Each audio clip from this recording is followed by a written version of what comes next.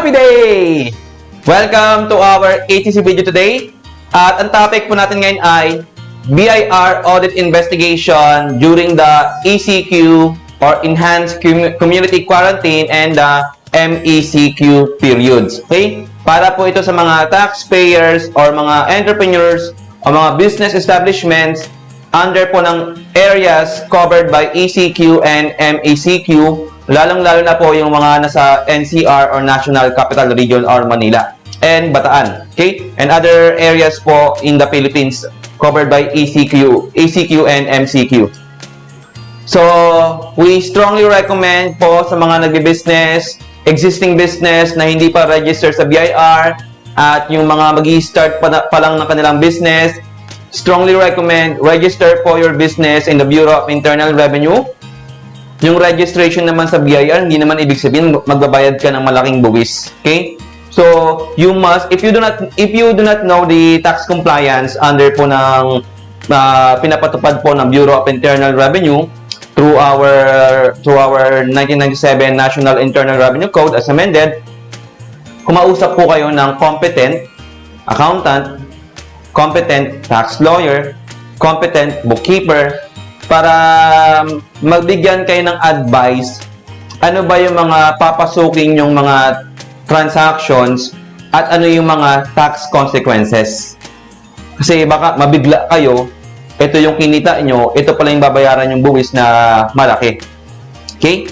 So, kung gusto nyo, pwede naman kayo mag-create ng corporation, one-person corporation, para 20% na lang yung corporate income tax rate natin. Kasi kapag individual taxpayers kayo, like social media influencers, tapos ang income tax rate no pumapalo hanggang 20%, from 20% hanggang 35%. So medyo malaki kapag individual taxpayer kayo, registered sa DTI as sole proprietor. Pero kung i-akyat nyo ng corporation, like one-person corporation, ang income tax rate lang natin ay pumapalo ng 20% or depending sa assets nyo, pumapalo ng 25%. So, dati yung 30%, ngayon 20%, 25% na. Para hindi kayo mabigla sa tax na babayaran nyo.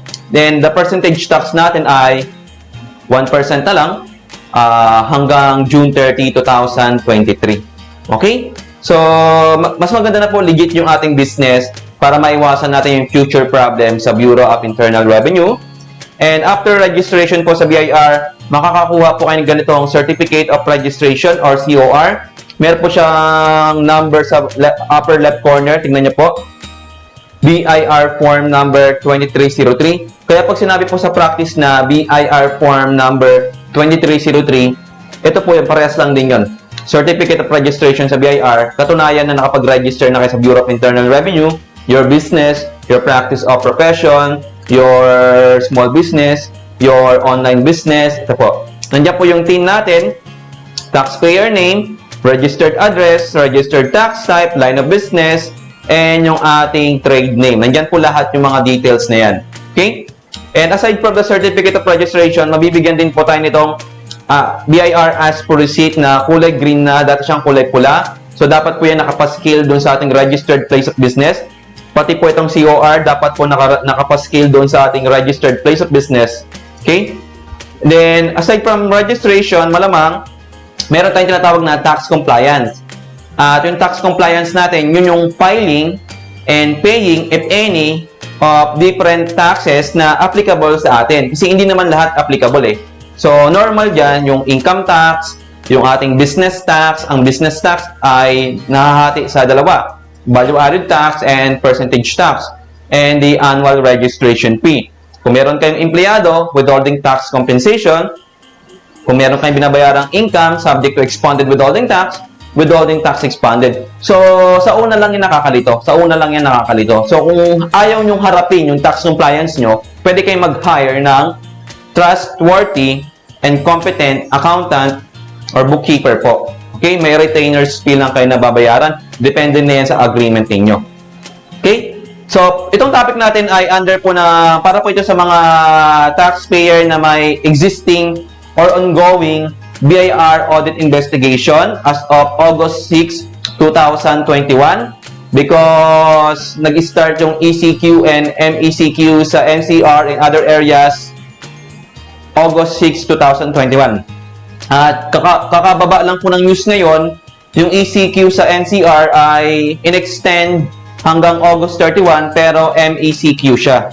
Okay? So ngayon po, ang topic natin na pag-aaralan natin, paano yung mga taxpayers affected by this ECQ and MECQ pero meron silang ongoing na audit investigation. Okay? So ito po yung tsura ng letter of authority sa mga, kasi naglabas yung BIR ng ng Revenue Memorandum Circular number 97 series of 2021 for the taxation of the social media influencers. Lalong-lalo na yung mga nag-house tour, pinapakita yung mga sasakyan nila, mga nabili nila ng sasakyan, gamit, wala namang problema doon, Minsan may nakikita pa ako, ang kapal-kapal ng pera, pinapakita, di ba? Kumita sila sa YouTube nila or sa social media nila, accounts nila, pero wala namang problema doon. Ang problema sa BIR, kasi si BIR malamang collection yon. And after po ng pandemic, yung mga nagbe-business na offline or yung mga brick and mortar na store, no, ng mga physical store ay nag-ship sa online. So si BIR malamang mag-ship din yan sa online. Titignan niya yung mga nagbe-business na online, malamang may tax doon. So yun nga sabi namin, strongly recommend mag-register na ng business nyo. Huwag nyo na hintayin pa, sulatan kayo ng BIR in terms of this one, letter of authority, kasi ang ibig sabihin yan, under audit investigation kayo. Kapag under audit investigation kayo at hindi kayo naka-register sa BIR, at malamang makakasuhan kayo sa DOJ or Department of Justice. Even if i-close nyo or i-delete nyo yung inyong YouTube channel or social media account para walang ebidensya ang Bureau of Internal Revenue, baliwala yun.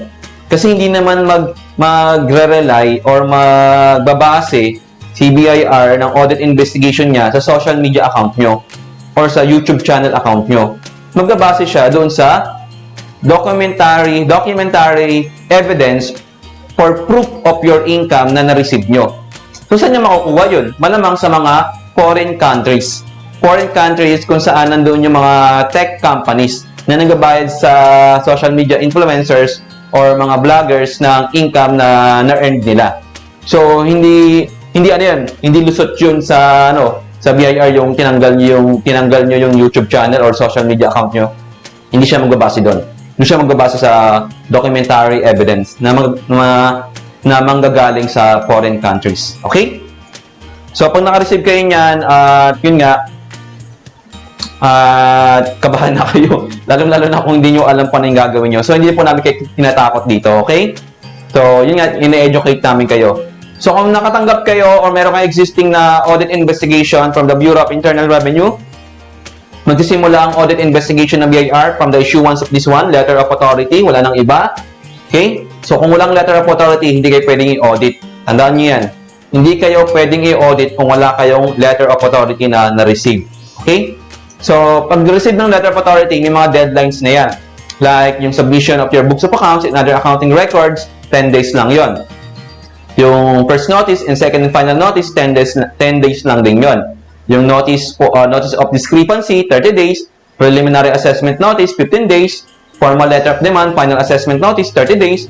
Final decision on disputed assessment sa Office ng Commissioner, 30 days. Okay, ang problema kasi, nagkaroon ng ECQ and MECQ, so restricted yung movement ng mga tao. Lalong-lalo na yung mga non-essential activities natin and business establishments. So, nagbaba ngayon sa Bureau of Internal Revenue to extend the deadline ng submission yung mga position papers and other documents natin. Under po yun ang Revenue Memorandum Circular number 92 series of 2021. So, babasahin po natin para mapag-aralan natin. So, dated August 6, 2021. Revenue Memorandum Circular number 92 series of 2021. Under po, galing po ito sa BIR. Subject, extension of the deadline for filing of position papers.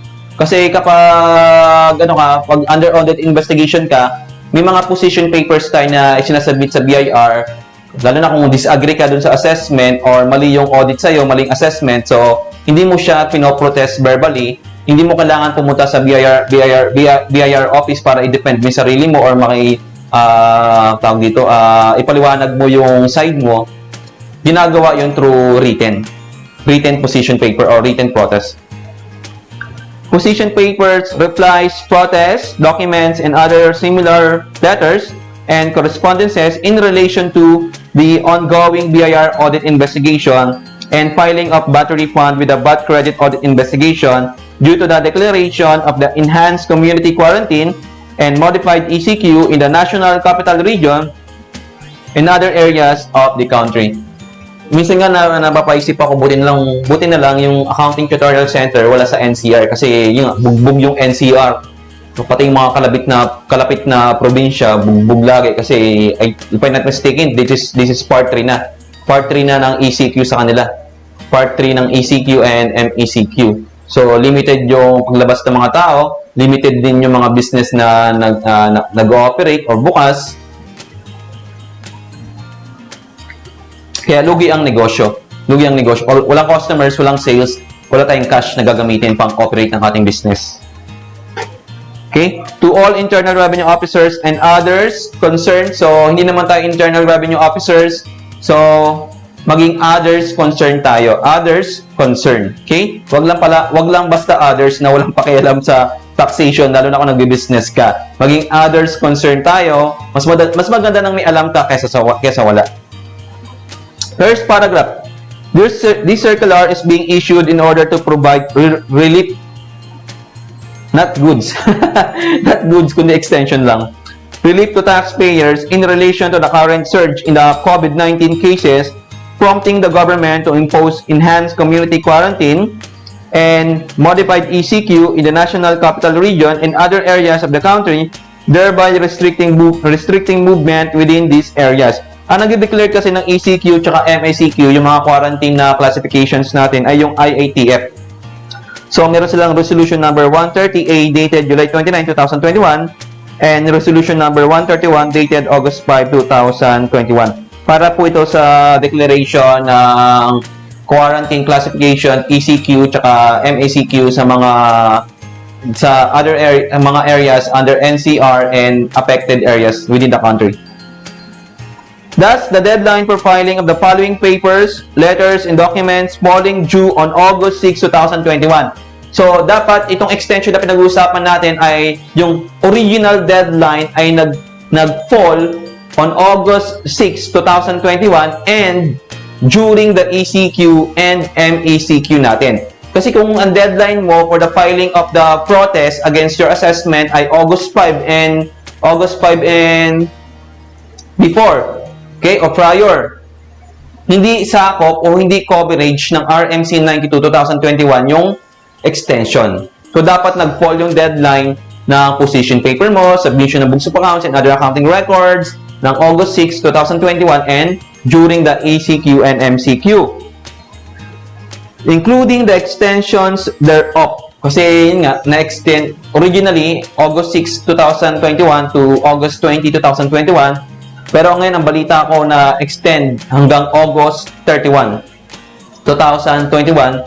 Pero ibinaba yung classification from ECQ to MECQ. Kaya nga lang, within pa rin na yung scope ng RMC 92/2021. For taxpayers registered with the revenue district offices in areas covered by the ECQ and MECQ declaration or for registered taxpayers, filing the aforementioned papers, letters, and documents with the appropriate BIR offices located in areas covered by the ECQ and MECQ declaration is hereby extended as follows. So, kami, quarantine classification namin dito sa Zambales ay general, GCQ na kami. GCQ. General Community Quarantine. Pero with heightened restrictions na siya. So, hindi kami pasok dito. So, kung kami, na-audit kami or meron tayong mga taxpayers outside na ng scope or coverage ng ECQ and MECQ, hindi tayo pasok doon sa extension ng deadline para sa BIR Audit Investigation natin. No? So, para maging pasok tayo, dapat yung ating areas ay under ng ECQ and MECQ. Makikita nyo naman sa IATF na website or resolution ano na yung mga areas na covered ng ECQ and MECQ, or pwede kayong manood ng balita para mas madali. Okay? So, number 1, position paper and supporting documents in response to notice of discrepancy, 30 days from lifting of the ECQ and or MECQ. Kasi ang original deadline ng notice of discrepancy ay 30 days talaga. 30 days from the date of the receipt. Dapat makapag-submit ka na ng supporting documents mo and your protest against the proposed assessment against the notice of discrepancy sa'yo. Kaya nga lang, if the deadline falls on August 6, 2021 and during the ECQ and MECQ, meron tayong extension ng deadline na 30 days from lifting. Pag sinabing lifting, tinanggal na. Tinanggal yung ECQ or MECQ classification, Community Quarantine Classifications, at ibinaba ng GCQ or MGCQ. Yun na ibig sabihin ng lifting. Tinanggal yung ECQ and MECQ quarantine classification. Ibinaba ng MGCQ or GCQ whether or not with heightened restrictions. And next, reply and supporting documents in response to the preliminary assessment notice or PAN 15 days from lifting of the ECQ and or MECQ. Bakit importante itong extension ng deadline sa mga taxpayers? Kasi para makapag-prepare pa sila.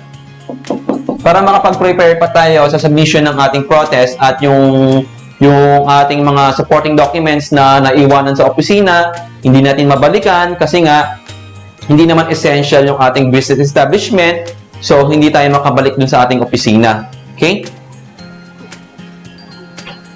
Protest letter in response to the final assessment notice, formal letter of demand, 30 days. Transmittal letter, supporting documents in relation to request for re-investigation, 30 days din. Request for reconsideration dun sa Office ng Commissioner of Internal Revenue for the final decision on disputed assessment, 30 days. Submission of documents in response to subpoena dun sa SLECOM, 15 days. Submission of documents in relation to first, second, and final notice, 10 days. Other similar letters and correspondences, 30 days. And filing of battery fund with BCAD, 30 days. So, dalawang conditions ang dapat masatisfy ng taxpayer para maka-avail siya ng extension na tinatawag. So, dapat yung area covered by, yung area ng taxpayer, kung saan siya nakaregister, yung RDO niya, kung saan siya nakaregister ay covered ng ECQ/MECQ, either ECQ lang or MECQ, and yung deadline ng kanyang submission ng documents na sinasabi dito or papers or response letters ay nag-fall ng August 6, the start of the ECQ and MECQ sa National Capital Region and other areas affected, August 6, 2021, and during the ECQ and MECQ. Hindi kami makakapag-avail noon just in case under kami ng audit investigation ng BIR simply because hindi naman kami ECQ or MECQ. Except, pwede kami tumalon dito if we have the final decision on disputed assessment or the FDDA issued by the regional director. Kasi ang submission noon sa opisina ng CIR. Ang CIR, ang office niya nasa Quezon City. At ang Quezon City, under po siya ng ECQ or MECQ. So, even if kami yung place namin ay wala dito sa area na to, na may ECQ, MECQ, pero yung ating pagpapasahan ng letter, protest, or documents ay nasa within the ECQ or MECQ area, maaari natin ma-avail yung extension. Okay? Kasi kapag nagpasa ka ng protest tapos beyond deadline, nagpasa ka ng protest beyond the deadline and walang extension yon, mabuboid yung protest na ginawa mo o pinasa mo. Ibig sabihin walang kwenta. Hindi i-honor ng BIR. Okay? Kapanoorin nyo po yung ating topic na BIR protest letter, void or valid, sa YouTube channel natin or sa Facebook page natin para matutunan nyo kung paano magiging valid yung protest letter nyo against your BIR assessment. Okay? Huwag lang tayo letter, gagawa lang ng letter, tapos based on emotions, hindi papansinin ng BIR yun kasi walang legal basis. Okay? Next, moreover, face-to-face meetings of BIR officials and employees with taxpayers and other authorized representatives in the areas covered by the ECQ and MECQ declarations are deferred and rescheduled until the lifting of ECQ and or MECQ. So dahil ito sa sa Delta variant ng COVID-19 yung madaling makahawa. Okay? So suspended muna yung mga face-to-face meeting ng taxpayers and the BIR revenue officials or employees pertaining to BIR Audit Investigation. Kaya na naman nag-meet yung taxpayer tsaka yung BIR revenue examiner because of notice of discrepancy. Okay? Pero pagdating sa preliminary assessment notice, wala na. Sa formal letter of demand final assessment notice, wala na. Sulat-sulat na lang yun. Next paragraph, in case of any future declarations of ECQ and or MECQ by the government on any areas of the country, thereby restricting movement in the said areas, the deadline of submission of the aforementioned papers, letters, and documents falling within the ECQ and or MECQ period shall likewise be extended. So, just in case, kunyari, yung Sambales, huwag naman sana. Huwag naman sana. Ma-declare na under ng ECQ. So, meron na kami extension ngayon under RMC 92-2021. Pero huwag naman sana. Okay? Shall likewise be extended following the extended deadlines identified above. Furthermore, face-to-face meetings of BIR officials and employees with taxpayers shall likewise be deferred and rescheduled until the lifting of any future declarations of ECQ and or MECQ. So, hindi lang ito para sa NCR. Kasi baka in the future, yung ibang province ay malagay din under the declaration of ECQ or MECQ. So, sa mga taxpayers na may ongoing BIR audit investigation, so ganito ang mangyayari, meron tayong extension ng deadline para mas makapag-prepare tayo. Mas maganda na yun. Mas maganda yun in terms of extension. Pero hindi siya maganda in terms of the quarantine classification kasi nga meron tayong restriction ng ating movements and hindi lahat ng business establishments ay bukas. So, kawawa yung iba nating workers, kawawa yung ibang business establishments, pero nga wala tayong magagawa kasi yan ay pinatupad ng ating national government for the sake of na nakararami naman. Okay? So, mas makakapag-prepare po tayo ng ating mga protest letters, correspondences, position papers, and documents natin in support of our protest kapag under po ng ECQ or MECQ ating area. Okay? So, yun lamang po. Meron lang tayong extension ng deadline para sa ongoing BIR audit investigation falling on August 6, 2021 deadline and during the ECQ and MECQ and for future declarations of ECQ and MECQ sa mga other areas in the Philippines. Okay? So, mag-aral na po tayo ng mabuti, maging others concerned po tayo sa Philippine Tax Compliance or Philippine Taxation kasi walang magagawa yung ating ignorance. If you will choose the ignorance pagdating sa Philippine Taxation, lalo na kung nagbi-business kayo, hindi po yun makakatulong sa business. Hindi po yun makakatulong sa inyong business.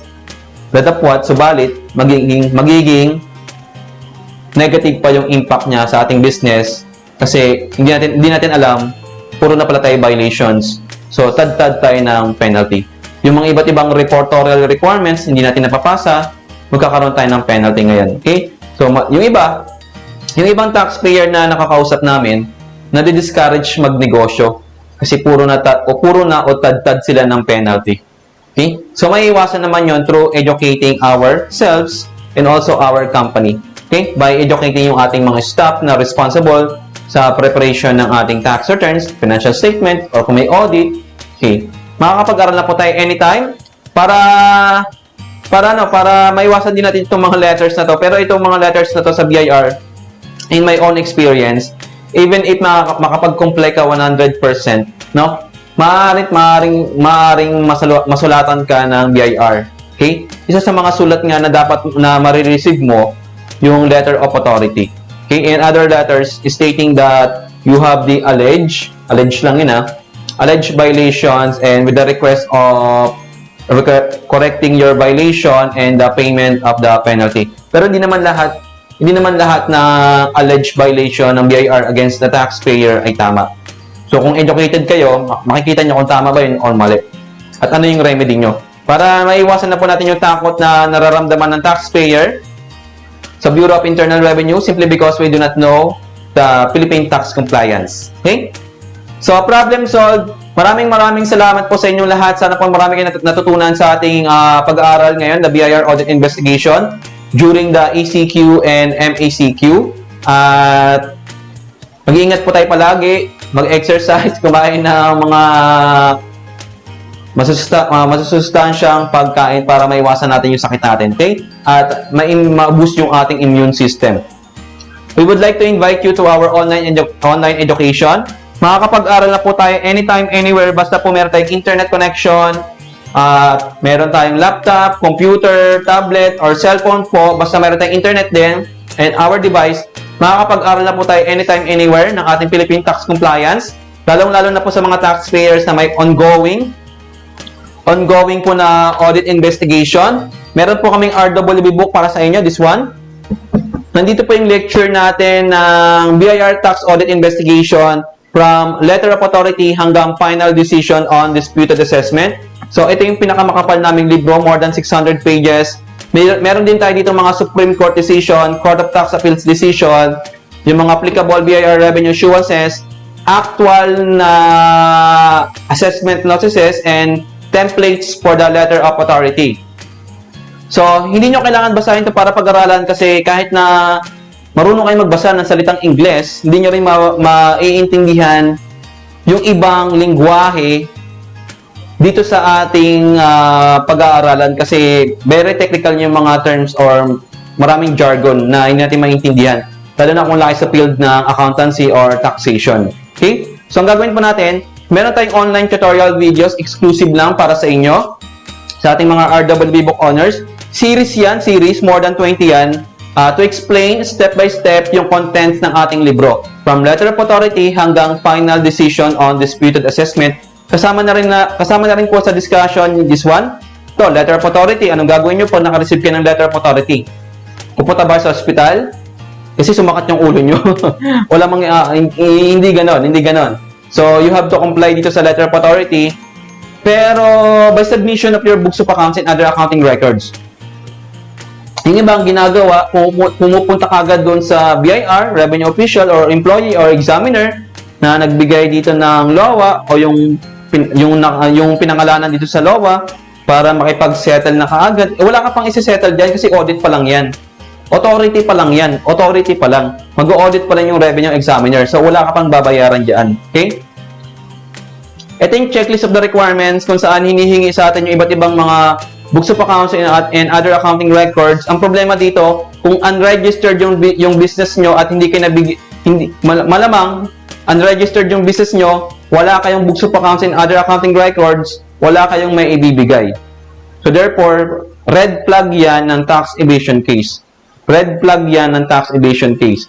So, hindi po namin kayo tinatakot dito. Ang bottom line natin ay maiwasan natin yung future problem by educating ourselves, by changing our mindset pagdating sa Philippine taxation at mag-register yung ating business. Ngayon, kung meron kayong mga back taxes, may mga taxes kayong hindi nabayaran previously based on your income earned previously, pwede nyo naman yun ihabol after registration. So, babayaran nyo na lang yun. Kaya lang, may with penalties na. Kasi late na siya eh. Okay?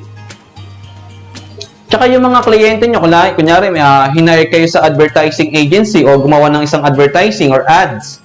Yung mga kliyente nyo, malamang mga business establishment din yan. At nangihingi iyan ng resibo na may authority to print from the Bureau of Internal Revenue. So, paano nyo sila mabibigyan ng resibo? Example, official receipt. Kung hindi kayo nakaregister sa BIR, di ba? So, ang gagawin nun, katulad namin, naghahanap kami ng iba na may resibo. Okay? So, sayang yung sales nyo ngayon. Okay? So, huwag kayong manghinayang sa tax na babayaran sa madaling salita. So, hindi ibig sabihin, pag nag-register kayo sa BIR, malaki yung babayaran yung buwis or tad-tad na kayo ng penalties. Ang gagawin nyo nga dapat, humingi kayo ng advice. Kahit may babayaran kayong fee, humingi kayo ng advice sa competent accountant, competent lawyer, competent bookkeeper na may bibigay yung sagot na hinihingi nyo. Magka-tax planning kayo sa madaling salita para malaman nyo ano yung mga tax consequences ng business na ipapasukin nyo. Para hindi kayo nabibigla ng laki ng tax na babayaran nyo pero kung nag-tax planning kayo, nung humingi kayo ng advice, tax advice natin, maaaring mapababa yung tax na babayaran nyo legally. Example, kung pipili kayo ng 8% income tax rate option, tapos hindi naman tataas ng 250,000 pesos annually yung gross sales, gross receipts nyo, wala na kayong babayarang income tax. Wala na rin kayong babayarang percentage tax doon, di ba? Okay, mag-register kayo ng BMBE, exempted kayo sa income tax for 2 years. And renewable yun, na-renew every 2 years. As long as your total assets do not exceed 3 million pesos annually. Okay? Excluding land, not including the land. Just in case may land kayo na ginagamit sa business. Okay? Ang babayaran nyo na lang, percentage tax na 1%. Napakaliit, di ba? Napakaliit ng 1% na percentage tax until June 30, 2023 kumpara sa mga penalties and surcharges na 50% for tax evasion case na kakaharapin nyo kapag na-audit kayo ng BIR simply because hindi kayo naka-register sa BIR or hindi kayo nagbabayad ng tamang buwis. So, bottom line, educate natin yung sarili natin. Okay? Huwag po tayong maging mangmang. Kasi yung mga mangmang, ubos yung pera ng mga yon, tad-tad ng penalties, puro violations. Okay? And we have the transmittal letter. Ito yung sinasabi na transmittal letter dun sa RMC 92/2021. At pagbigay kasi ng books of accounts and other accounting records in compliance to your LOA, checklist of the requirements, first notice or second and final notice, hindi mo siya ibibigay na, ito yan, iaabot sa revenue examiner na basta-basta. So, dapat meron kang proof or pruweba na nakapagpasa ka ng itong documents and books of accounts in compliance to your LOA. At yung proof mo nga ito, transmittal letter. Kasama po ito sa RWB book natin. Meron tayong format. Template po yan. Okay? Meron din tayong certificate of appearance. Katunayan na nag-appear ka talaga doon sa examiner. Or lalong-lalo na kung meron kang SDT, subpoena ducis tecum, na pinapa-appear kayo sa Legal Division Office para i-submit yung books of accounts and other accounting records nyo. So, proof yan. And first notice, applicable to kung hindi ka nakapag-comply doon sa checklist of the requirements na naka-attach doon sa LOA. Second and final notice, kung hindi pa rin kayo magko-comply sa first notice, lahat po nandito yan. Nandito po yung discussion yan. The subpoena ducis tecum or SDT, the letter of protest, ito yung letter of protest natin na sinasabi doon sa pinag-aralan natin na RMC 92/2021 na extension. Ginagawa to ng taxpayer because disagree o hindi payag yung taxpayers dun sa assessment na ibinibigay ng revenue officer or examiner o ng regional director ng Bureau of Internal Revenue. Pag sinabing assessment, yun yung kakulangan or kulang pang tax na hindi mo nababayaran or yung tax talaga na hindi mo pa nababayaran kasi nag-audit na sila. Kaya nga lang minsan yung assessment ng BIR examiner, mali. Walang factual, walang legal basis. So, nagpo-protest yung taxpayer ngayon. Pero ang protest ay in writing. Kasama po ito sa ating RWB book. Yung Notice for Informal Conference, dati, ngayon Notice of Discrepancy na. Kasama po yun sa ating pag-uusapan dito sa ating RWB book. The Preliminary Assessment Notice na binanggit kanina. The Corresponding Letter of Protest. The Formal Letter of Demand and Final Assessment Notice na binanggit din. And the Waiver. Yung waiver, pipirmahan nyo ba o hindi? Kasi ang dami nagtatanong sa amin yan Pinapapunta daw sila sa BIR office, RDO office para papirmahin ng waiver. Pipirmahan mo ba o hindi yung waiver? Ano ba ibig sabihin ng waiver? Ano ba wini-waive mo? Okay? So pag-uusapan po natin yan dito sa ating RWB book BIR Tax Audit. And the final decision on disputed assessment or FDDA. Ito po yung binabanggit kanina. Ito po yung tsura ng FDDA. So meron tayo dito mga actual. May mga actual tayo ditong letter of authority, actual letter of protest, actual assessment notices, and the actual discussions natin through our exclusive ATC online tutorial videos. Charan! Ito po yung mga actual. Sa mga hindi pa po nakakakita ng LOA, yan. Okay? Tapos, we have the actual assessment notice para mapamiliarize na kayo. Familiarize yung sarili nyo dun sa mangyayaring audit sa inyo. Ayan, may mga actual tayong letter protest. Actual to kasi meron siyang receive ng BIR. Ito yung ginamit natin na protest. para sa ating assessment or sa letter sa atin ng BIR. So ngayon, yung mga templates, may mga templates din tayo dito ng letter process natin. Copy-paste nyo na lang.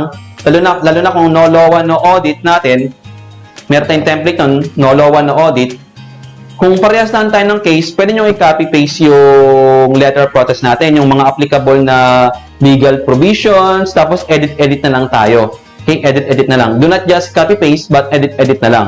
Ang kagandahan naman sa ating RWB Book BIR Tax Audit, meron tayong, aside from the exclusive na ATC online tutorial videos and mga templates and actual discussions ng ating BIR Tax Audit, meron tayong free RWB support.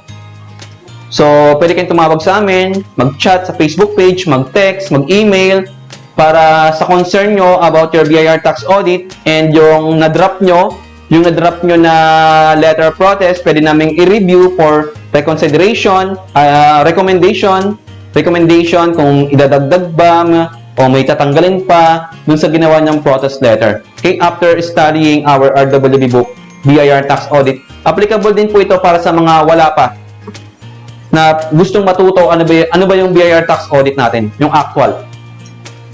Okay, and our corresponding na letter protest. Okay, so investment fee po natin sa mga nagtatanong. Investment fee is 9,999 pesos only. Para may discount kayong piso.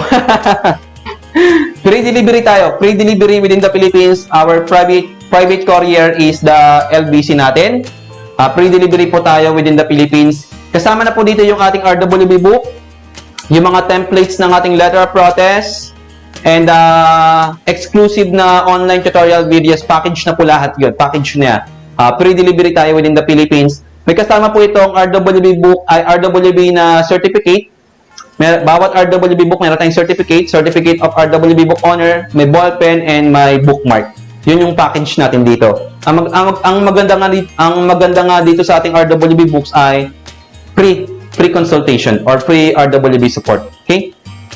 So invest na po kayo, just click the link above or below ng ating ATC video to order your RWB book, and free delivery tayo within the Philippines, or you may send a message on our Facebook page, Accounting Tutorial Center, para ma-send namin yung details natin and the payment options. Tumatanggap kami ng GCash, bank transfer, or COD or COP, cash on delivery or cash on pickup.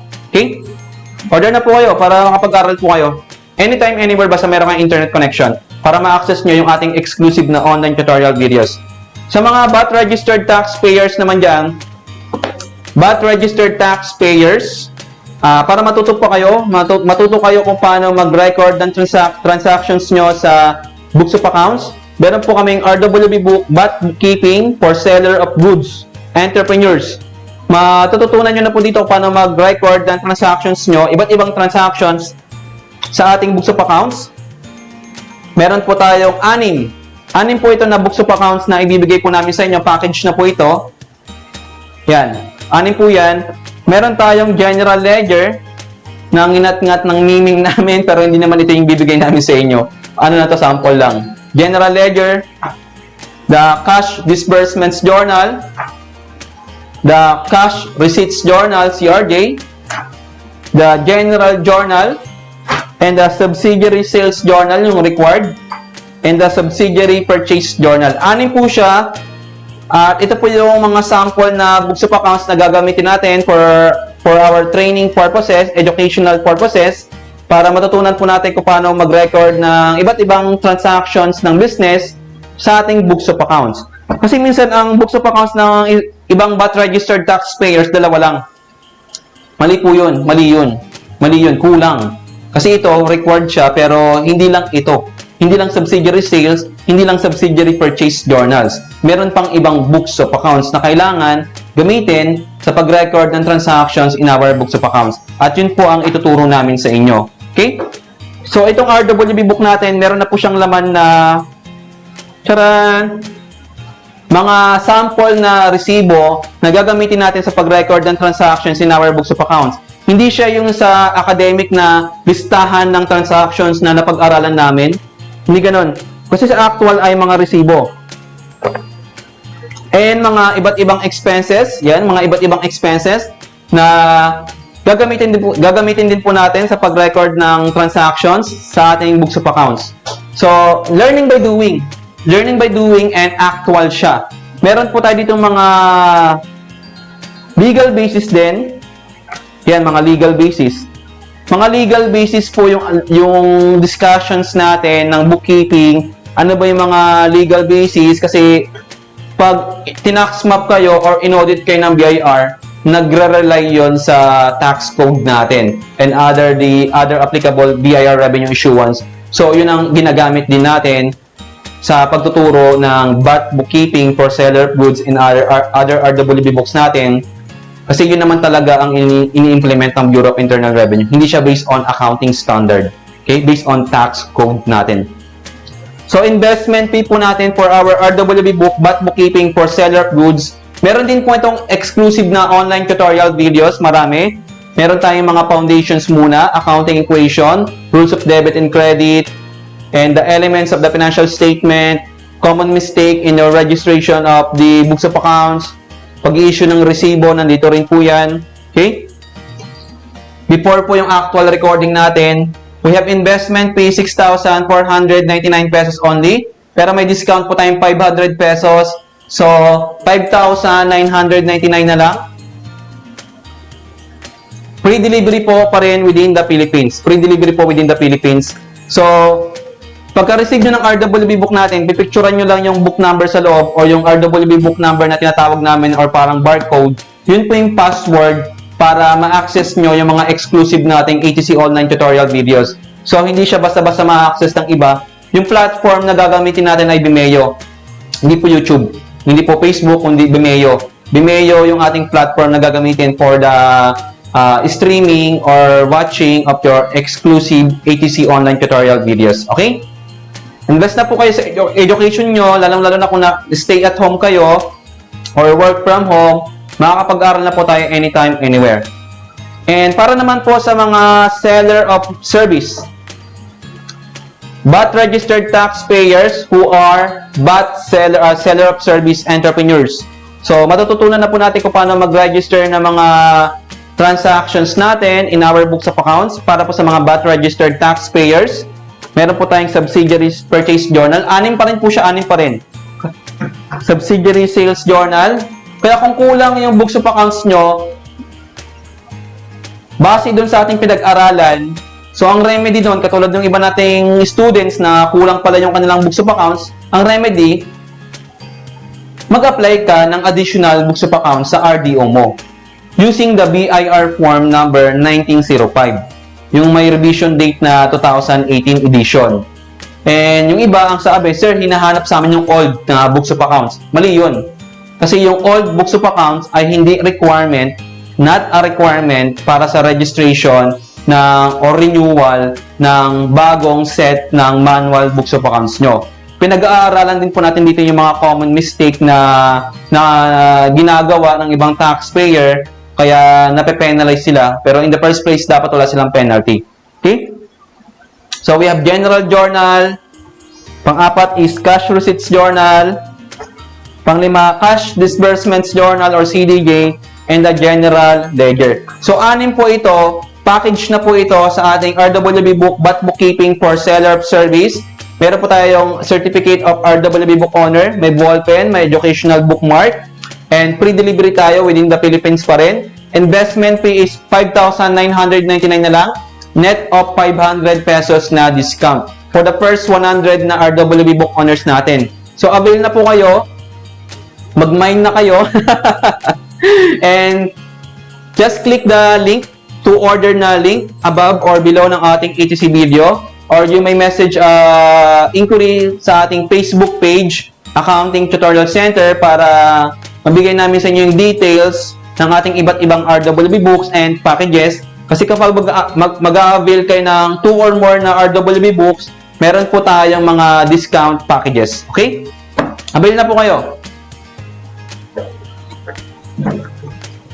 Sa mga gusto naman matuto kung paano mag-file and pay ng kanilang sarili nilang tax returns. So, meron po kaming RWB book, How to File and Pay Your Own Tax Returns. Dalawa po ito. isang lecture set at isang practice set. Nandito po yung iba't ibang BIR forms na gagamitin natin. Ito yung pagpapracticean natin para ready na kayo dun sa actual nyong business.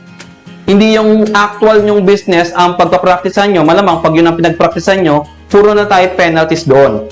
Ito ang pinagpracticean natin, kahit na magkaroon tayo ng mistakes or failures, wala tayong penalty. Pero mas matututo kayo dito kasi nga learning by doing. So, tuturuan po namin kayo dito kung paano mag-file and pay ng iba't ibang tax returns. And hindi nyo po ito kailangan basahin para pag-aralan because meron tayong exclusive na ATC online tutorial videos para ituro po sa inyo kung paano mag-file and pay ng iba't ibang tax returns. Step by step. Okay? So, we have BIR Form 0605 for annual registration fee. We have the 0619A for the remittance of your monthly expended withholding tax, quarterly income tax return, annual income tax return, the statement of management responsibility, the wrong venue, the BIR Form 1601C para sa mga employees natin, at iba pa. Okay? Matututunan na po natin dito. So, hindi nyo ito babasahin para pag-aralan kasi nga, very highly technical yung mga terminologies pagdating sa taxation. Ako nga, minsan kahit nabasa ko na, di ko rin maintindihan. So, hinahanap ko pa yung definition. Okay? Nililink ko dun sa binabasa ko. Okay? So, investment fee po natin dito ay 4,999 pesos. Free delivery tayo within the Philippines. So, bakit investment fee yung tawag namin? Because education is an investment, not expense. So, wag lang po kayo mag-invest sa equipment nyo, sa expansion ng business nyo. Mag-invest din po kayo sa education nyo. Lalo na kung nagbi-business kayo, mandatory yung taxation. Dapat. Kaya nga lang, paano natin malalaman para tayo magko-comply? Ano yung mga iba't ibang BIR tax returns ang gagamitin? Kailan yung deadline? Ano pa yung mga iba't ibang reportorial requirements kung hindi natin alam? So, mag-aaral po tayo. Okay? So, itong ituturo po namin sa inyo, real world, tunay na buhay. Tunay na buhay, kung anong ginagawa sa real world or tunay na buhay, ito po yung tinuturo namin. Hindi yung tinuturo sa school na na-experience ko na sa yellow paper nagko-compute ng tax. Hindi ganoon. Sa atin, tax return, actual tax return. Yun pa yung pag-uusapan natin, yun yung pag-aaralan natin. Okay? Para matuto kayo. Next po natin ay yung sa mga non-VAT naman, non-VAT registered taxpayers na seller of service. Professionals, may clinic, may karinderya, may barbershop, seller of service yung mga yon. We have RWB Book, Non-VAT Bookkeeping for seller of service, entrepreneurs. Meron po itong package na 4 po na books of accounts. We have the general ledger. We have the cash disbursements journal, cash receipts journal, and the general journal. Wala po siyang subsidiary sales journal and subsidiary purchase journal kasi hindi siya required sa mga non-VAT registered taxpayer. Required lang yon sa mga VAT registered taxpayer. Okay? So, meron po tayo dito mga sample na resibo. Ayan. Sample na resibo ng mga official receipt. Ito po yung mga resibo na pagka-practicean natin kung paano i-record sa ating books of accounts. Meron din po tayo dito resibo ng mga expenses. Yan, mga expenses. Ito po yung gagamitin natin na mga sample na resibo sa recording ng ating books of accounts para learning by doing. Learning by doing. Kasi ito rin naman yung ginagawa sa tunay na buhay para makapag-comply tayo sa Bureau of Internal Revenue. Hindi yung ginagawa sa school na yellow paper. Hindi po ganun. Okay? So, investment fee po natin. Kasama na po dito sa package natin yung ating mga exclusive na para sa inyo lang na online tutorial videos. More than 20 po yan, if I'm not mistaken. Series po yan, series. So, sunod-sunod yan. Nasa inyo kung gusto nyo skip. Hanggang sa, may foundation time muna pag-aaralan dyan. Hanggang sa umabot tayo dito sa actual recording ng ating books of accounts. So, investment fee is 4,999 only. Free delivery tayo within the Philippines po. So, mag-invest na po kayo sa education nyo. One-time investment fee lang ito. So, wala na pong ibang gagastusin dito. Okay? Meron pa po tayong RWB support para sa inyo. Sa mga non-VAT registered taxpayers pero seller of goods naman, meron kaming RWB book para sa inyo. We have the RWB book for non-VAT seller of goods entrepreneurs. Meron tayong mga resibo. Example, meron din po tayong mga resibo ng expenses and resibo ng sales na gagamitin natin sa recording sa ating books of accounts. Kasama po dito yung ating package na po, the General Journal, the Cash Receipts Journal or CRJ, the Cash Disbursements Journal, and the General Ledger. Apat po na books of accounts, package na po sa ating RWB book, yan. Kasama na po yan. And, yun nga, may kasama din itong exclusive na online tutorial videos. Yung exclusive nating online tutorial videos, ang gagawin namin dyan, may link yan, may link. Bibigay namin sa inyo yung link ng ATC videos nyo. Pipicturean nyo lang yung book number dito sa loob. May book number tayo dito sa loob. Pipicturean nyo lang yung parang barcode. Tapos, isisend nyo sa Facebook page namin para ma-activate namin yung link ng ATC video nyo. Okay? Kasi ina-activate pa yon. Investment fee is 4,999 only. Pero kung kukuha kayo ng 2 or more RWB books, meron po tayong discount. Just send a message lang or inquiry on our Facebook page para maibigay po namin sa inyo yung details. And sa mga gustong matuto kung paano gumawa ng sarili nilang financial statements, we have RWB book, How to Make Your Own Financial Statement for Micro, Small, and Medium Entrepreneurs. May mga templates po tayo dito ng financial statements, balance sheet, cash flow, income statement, statement of changes in equity, and notes to financial statement. Meron pa po tayong bonus topic dito na Statement of Management Responsibility for the Bureau of Internal Revenue.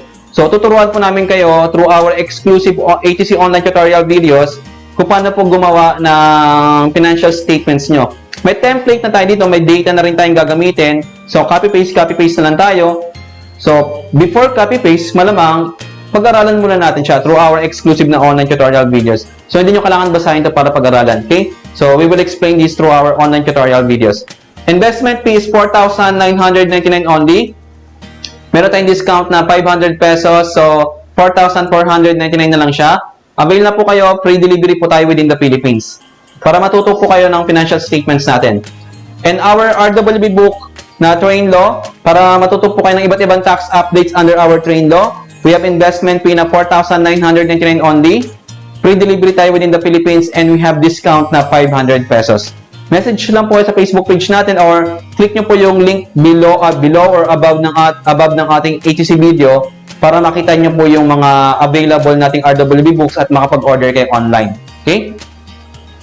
And sa mga RWB book owner namin, meron po tayong tinatawag na RWB support. Unlimited po yan.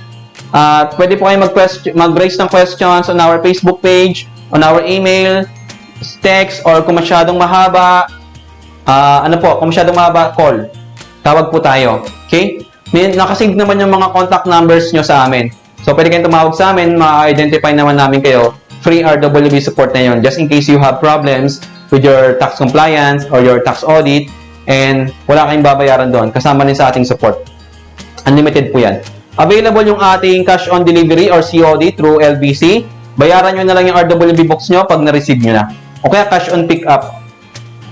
And before we end our ATC video today, bibigyan po namin kayo ng timely educational quote sa mga ayaw mag-register ng kanilang business.